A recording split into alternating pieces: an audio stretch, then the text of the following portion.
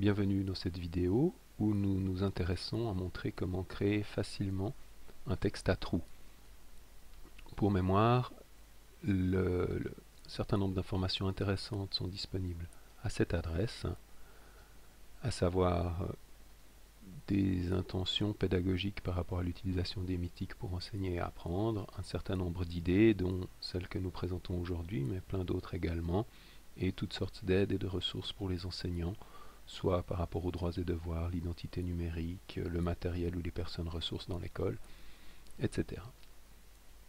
Nous revenons donc au point de départ, à savoir comment créer facilement un texte à trous. Pour ceci, je vais aller chercher sur Internet un texte, un peu au hasard, un texte en allemand. Ici, je sélectionne ce texte, je fais soit un clic droit, copier, ou je peux faire aussi CTRL-C, enfin copier-coller de plein de façons différentes, et je vais dans une suite bureautique, ici OpenOffice ou LibreOffice, c'est essentiellement la même chose, j'ouvre un document de texte, et clic droit, de nouveau, coller. J'ai donc récupéré mon texte, mais également toute une série d'objets qui m'intéressent moins, donc je sélectionne ces images, la table des matières, et je supprime. Je vais aussi supprimer ici le point d'entrée. Alors premier réflexe à avoir, comme j'ai récupéré un document sur internet, j'indique la source, je retourne donc sur le navigateur, je copie ici, toujours clic droite, copier, et je retourne dans mon document, je colle la source et j'indique la date, nous sommes le 5 juin 2012. On peut sélectionner cet objet-là et le mettre, par exemple, en italique, aligné à droite. Bon, voilà, c'est pas très important. Bien. Donc l'objectif est de faire en sorte que dans ce texte, les déterminants soient effacés. Alors, comment est-ce que je vais procéder? Eh bien, je vais utiliser édition, rechercher et remplacer. Dans un premier temps, je vais par exemple m'intéresser ici au déterminant der, que je vais remplacer par lui-même, mais plus d'options, je peux choisir le format. Donc je vais choisir ici dans police effet de caractère, je choisis en rouge de mettre tout remplacer, donc tous les déterminants der ont été remplacés par le même objet en rouge. Ça me permet de voir un peu quelle est la structure du texte. Évidemment, il y a un petit effet de bord, on voit que der apparaît également à l'intérieur de certains mots. Bon, pour le moment, je ne m'en préoccupe pas trop.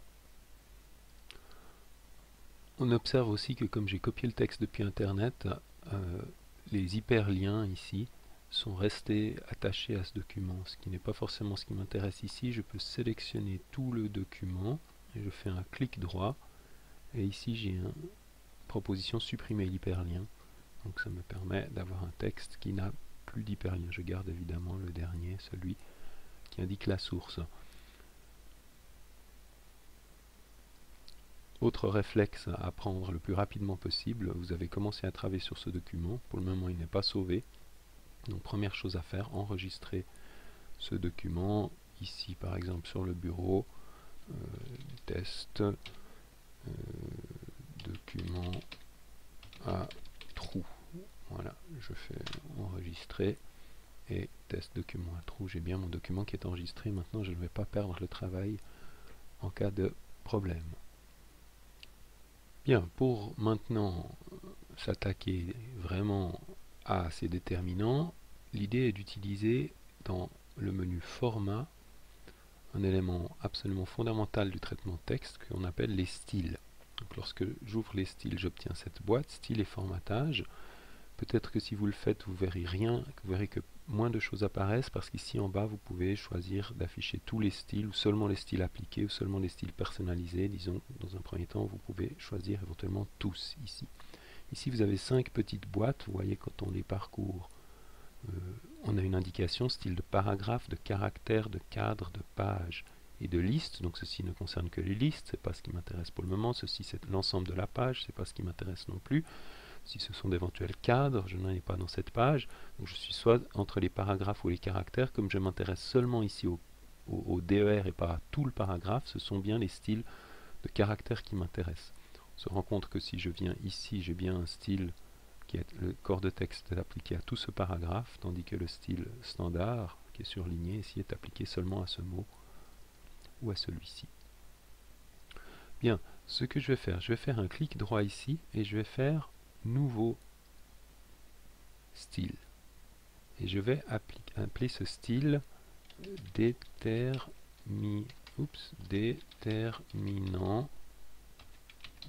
blanc. Pourquoi est-ce que j'appelle ce style déterminant blanc? Parce que dans police et dans plutôt effet de caractère, je vais aller choisir ici la couleur blanc. Voilà. J'ai donc maintenant un style qui s'appelle déterminant blanc qui est ici. Et vous voyez que mon style d'air ici, mon mot d'air, mon déterminant d'air, je lui applique le style standard. Si maintenant je lui applique le style déterminant blanc, qu'est-ce qui se passe? Eh bien, il disparaît. Ah.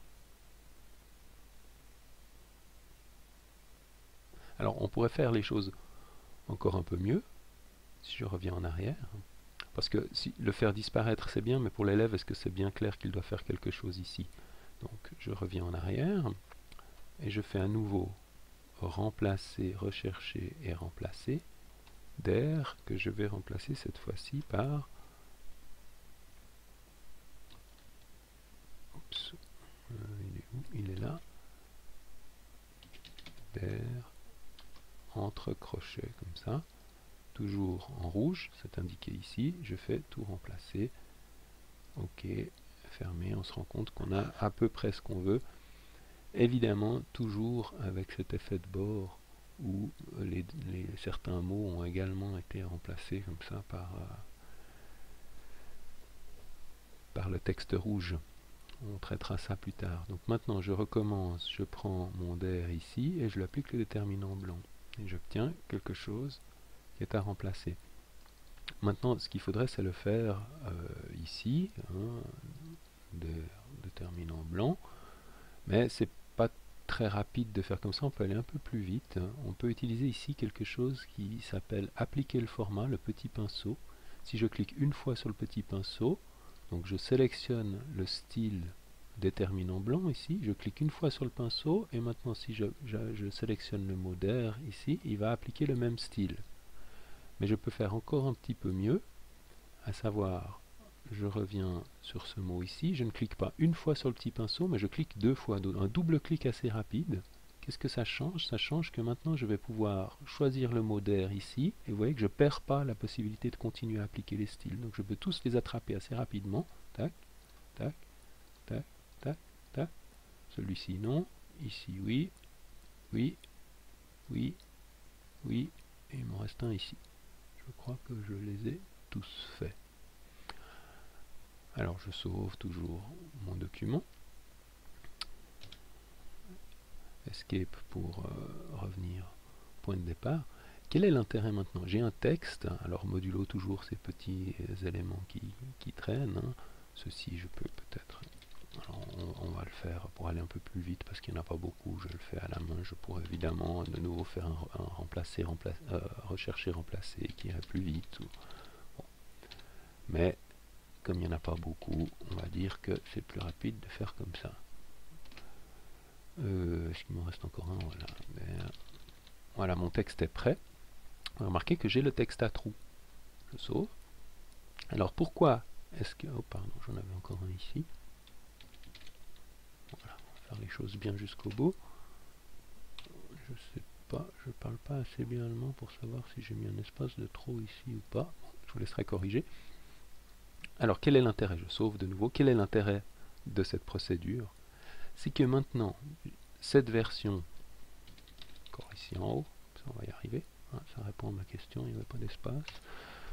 Donc ici non plus, j'imagine. Je sauve encore, voilà. J'ai donc maintenant un texte à trous, je peux fournir ceci aux élèves, ajouter une consigne. Je ne vais pas faire en titre 1, je fais un standard. Évidemment, il faudrait le dire en allemand, mais là, j'arrive à mes limites. Hein. Remplir les hop, par le bon déterminant. Évidemment, là, c'est pas très spectaculaire parce qu'on l'a fait que pour les der. Donc, si l'élève est un peu malin, mais vous avez compris qu'il suffit maintenant de faire la même chose avec les die, les das et tout ce que vous souhaitez supprimer. Pourquoi est-ce que cette méthode est astucieuse? Parce que l'usage du style fait que maintenant, je sauve ce texte et je fais enregistrer sous texte document à trous avec réponse.